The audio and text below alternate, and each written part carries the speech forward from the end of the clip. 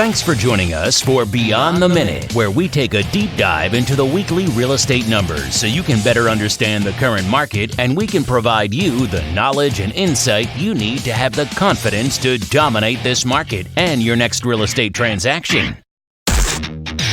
Welcome to the Monday Morning Market Minute.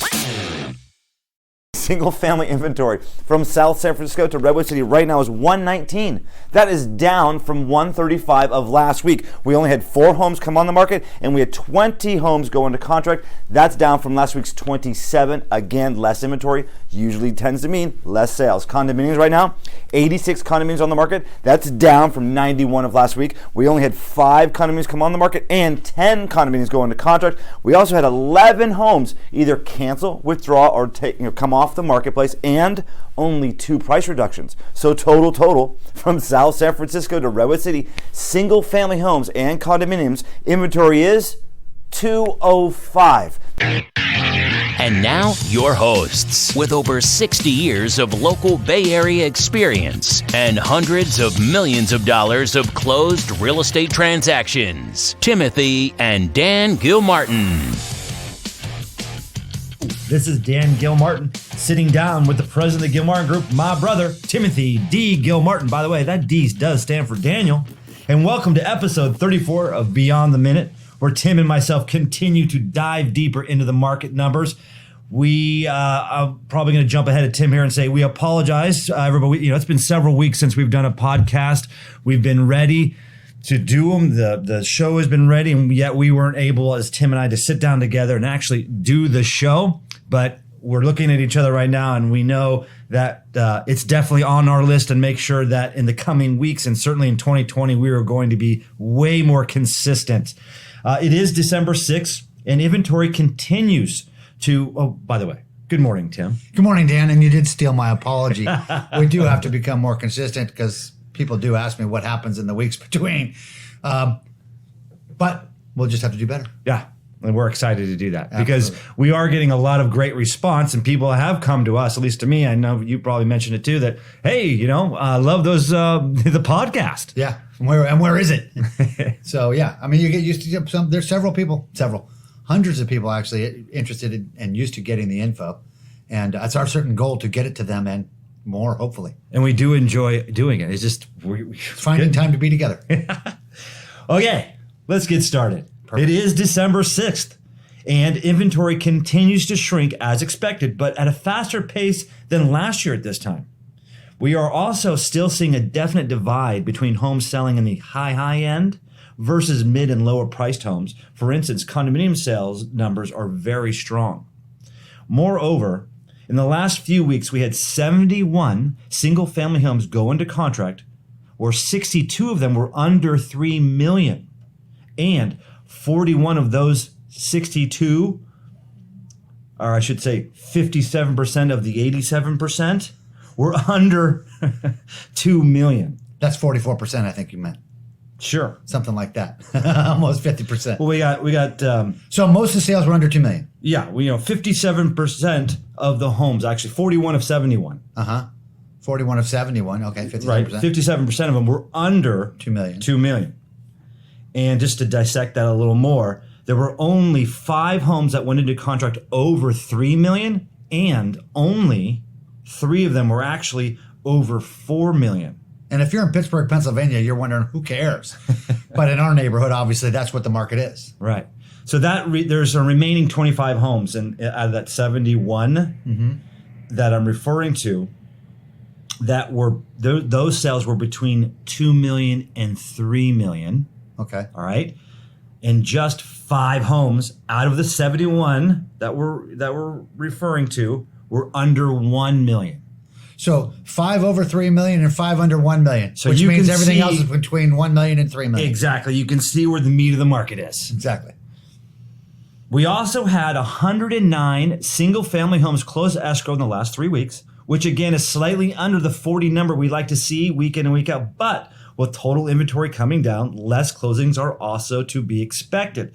That being said, we are currently operating over a 5-week market when you divide the number of sales into the inventory, which I believe translates into more price reductions in the high end. The current list price, sales price ratio for those 109 closings was basically a hair over 100% without calculating the homes that had price reductions. And the average days on market for those closed transaction was 23, with one of the homes out of the 109 being at 175 days. Wow, that's a number to skew the rest. Right? Tim, after hearing the numbers from the last few weeks, what are you thinking? Well, I heard a lot of different numbers there, but you know what I think is really interesting is, we look year over year, we look right in front of us also, right? And I thought one of the interesting things you said there was how it's doing better this year than last. And there's no question that the market is finishing better this year than it did last year. And it's starting to point out that the election years are different than the non-election years for that matter.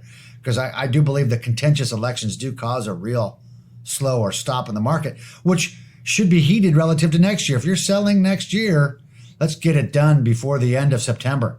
Because as soon as October comes, we know the election is going to be contentious. It's going to stop the real estate market. It stops the decision making. But back to today. Seems to me like, based on what you're telling me and what's going on in the sales and list price sales price ratio equal to 100%, days on market of 3 weeks, boo-hoo. Sounds like a strong, great market to me, and getting better and better than last year, which means a better start this year coming than last year was. Sure. So Tales from the Street kind of leads into what you said there, because some buyers think the market is cooling to ultimately discover they're in a multiple offer situation, especially after, particular homes having a healthy, or a lot of homes having a healthy number, dramatic price reductions as a reset marketing strategy. Sure. So in that 100%, like I mentioned, I didn't calculate. See, there's the some of them drop price, so it's sold for 90% of its original ask price, but 100% of the new price. Right. For our audience, there's a list price in the data, but there's also an original list price, meaning if there is an actual number to this original list price, it means that there was obviously a price reduction. So when I do the calculation for this hair over 100%, I didn't go into all 109 of them and see which one. You're at the most recent list price to sale price. Correct. That's the point. So. Which, by the way, speaks to the fact that not every home will sell, and how smart the buying market is. As hot and as strong as our market is, the buyers are not wanting to overpay. They know what value is, right? So we also know that if we miss the value by 5%, it's not going to sell. We have to bring it down 5% to go capture that guy so we can sell for price. Right. And that's kind of what's being reflected in the marketplace right now. But as you say, inventory is crashing. We're down to, 200 total homes out of 88,000. Yeah, that's total. Total. That's less than 1/4%. And there's at least 1,200 agents, that's my guess, trying to make a living in that 88,000 farm. What did you do? Eliminate all the part-timers and other people who don't actually work full-time at it? Because there's about 3,000 people in that zone. Correct. There's 3,000 plus whatever that have belonged to our board. Right. And I'm thinking, that's San Mateo County. Right. And we're just talking about our South San Francisco to Redwood City, this little mid-pen. Yes. Gotcha. Makes sense. Yeah. So price reductions. Here's one that didn't have a price reduction and leads us to the segment. That sold for what? Well, and I think what's interesting, too, if you look at those sales between $1 million and $3 million, this is what's happening, right? You're saying we're getting multiple offers in that realm through the board. We're closing escrow on one this week. Our buyer had to make 4 different offers over the last 30 days to get the home. That sold for that home you're talking about was $1,350,000. Yeah. $1,355,000, which, by the way, was less than the initial asking price by about 20%. Well, tell us more about that. Well, so that was an attached home in San Mateo. Big home. The homes have been selling for $1.5 million to $1.6 million remodeled. This was a home that hadn't had anything done on it in years. It really probably needs $100,000 worth of, we could freshen it up for sale for 30 or 40, and they wouldn't do that. And for 100, you get your house back to brand new kind of scenario. So not doing that, not staging the home and preparing the home correctly, caused it to not sell for $1,550,000 ask price like original, but $1,355,000. And it took them 4 months, I believe, to get it done, because you got to wade through all that time of people looking at it thinking, I don't want it at that price, to get down to where somebody can buy it. So their OLP, original list price, was? I want to say $1,550,000. And then it came down to $1,450,000. And we made the deal at $1,355,000, I want to say. See, that's when That's a tail on the street going in the other direction. right. And when you're listening to me on the Monday Morning Market Minute and I say things like there's opportunity out there, it's a good time to sell still because inventory's down. And yet buyers, how do I am able to say these two things, polarizing comments coming out of my mouth at the same time? That's an exact example. There's still opportunity out there. Yeah. Well, I think just because the sellers are part of an old school seller scenario where they're not used to spending money to sell their home, they missed the boat on not spending 20 or 30,000 to pick up 100,000 or more in value. Right. Because I think our buyers made a great value on the property. Our buyers think they made a great value on the property. They did. And if they were, and by the way, that was all they could pay. So that's why we were able to, we had to tell the seller, this is as far as we can go. Yeah. The seller made a decision to sell. So that sold for what? Leads us to another home in San Mateo. Listed November 1st, sold in 6 days. A 3-bedroom, 2 full baths, 2,122 square feet. The home was on 28th Avenue in San Mateo. They listed the home for $1,995,000. With, again, that's 995, 1995. What right? did I say? 11. No, excuse me, $1,995,000. Right.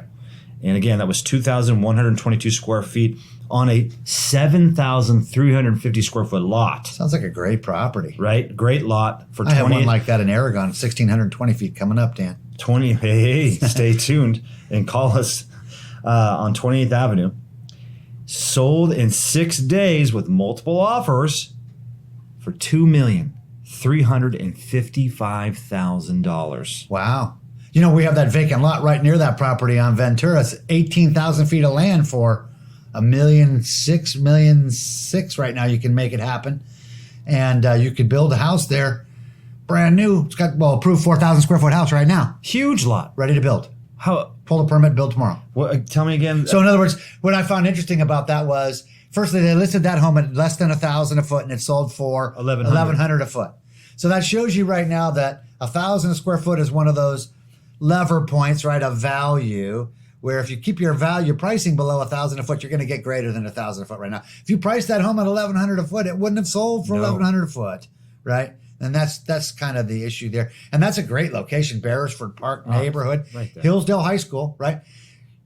24th and North is Aragon High School. Great so school. We're gonna both great schools. Both great schools. So both Beresford neighborhood's one of my favorites. They have nice sized lots, the whole 9 yards there. So point is, what a great opportunity for everybody.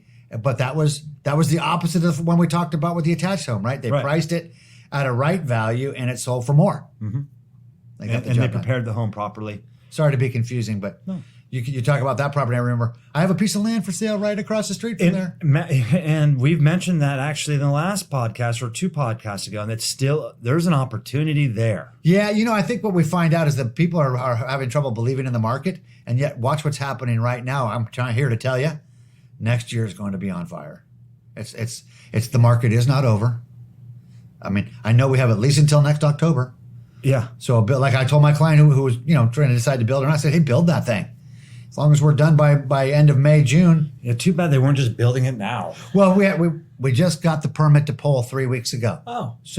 So ding, ding, ding. Yeah, People, if you're listening, we're talking about a huge opportunity here in Beresford Park area, a humongous lot. 18,000 feet. Hello. This one that just sold for $2,355,000 is a 7,350 square foot lot. Yeah. Now, by the way, you can only It's build, at the end of a cul-de-sac. Yeah, but you can only build one house on this 18,000 foot lot regardless. So it's True, but this room lot for a is at the pool and end of pool a house. cul-de-sac. Yeah. Oh, it's a great property. It's a great property. You can have a view up there. Yeah. Well, and actually, that one's in the 700 block of 28th. This is almost like right behind it. It's right around there.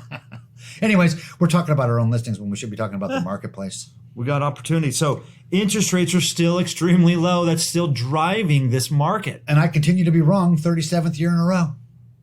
One of these days I'm going to be right and interest rates are going to go up. I just don't know what day it's going to be. You should just know if I say they're going down, then you should bet they're going up. And if I say they're going up, they're probably going down. That seems to be consistently correct so far.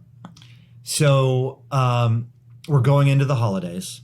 And, lots of people think that maybe the market just stops, and it doesn't. But knowing that we're going into the holidays, what do we continue to look for as we move forward into the holidays? And well, we're watching for inventory to sell. or burn off. Or two things are going to happen between now and the end of the year. Most of the people, 99.9% of you listening to us right now, even if you're thinking about selling your house right now, you're probably not selling it today. We're probably waiting until January. As a matter of fact, if we were sitting down right now, we'd have that conversation. Not that now is not a great time to sell, because guess what? It's either selling or being pulled off the market right now. And you actually should come and talk to us now, because now is a great time to build that plan so we can just hit the button and the marketing system just goes. That's for sure. But what I believe we're going to see for the next 3 weeks is actually all of the good homes on the market sell. And all the homes that are good but not priced to fit the market today, canceled or withdrawn, such that when we start the year, I think I put 135 total on there.